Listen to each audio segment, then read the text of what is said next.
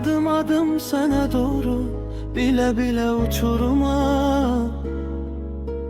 Yine dokundun en esas, en karanlık duyguma. Sen bir zehər dadındasan, mən sənə susamışam. Mən səninlə hər gecə min dəfə uduzmuşam.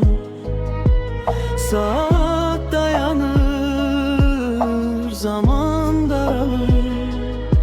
Senin gidişlerin canımı canımdan alır.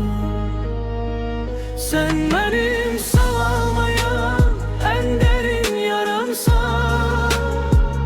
Hem xilasım benim, hem de ki belamsan.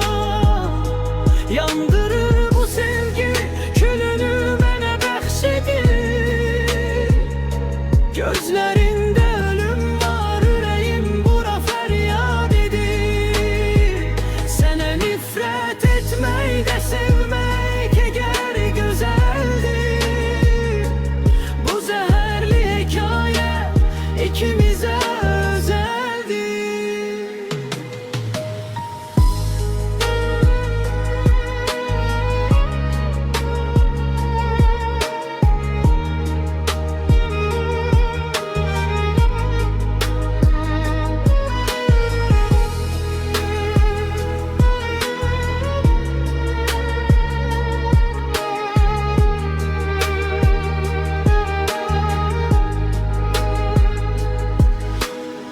Sözlərim bir tələdir, baxışların qandalım.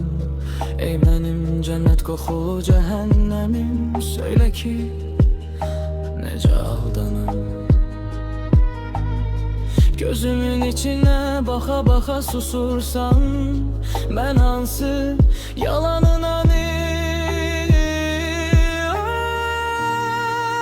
inanım. Sen mənim sağlamayan en derin yaramsan.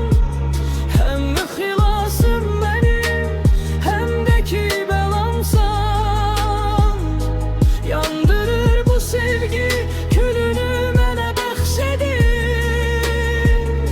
Gözlerinde ölüm var, yüreğim bura feryat edir.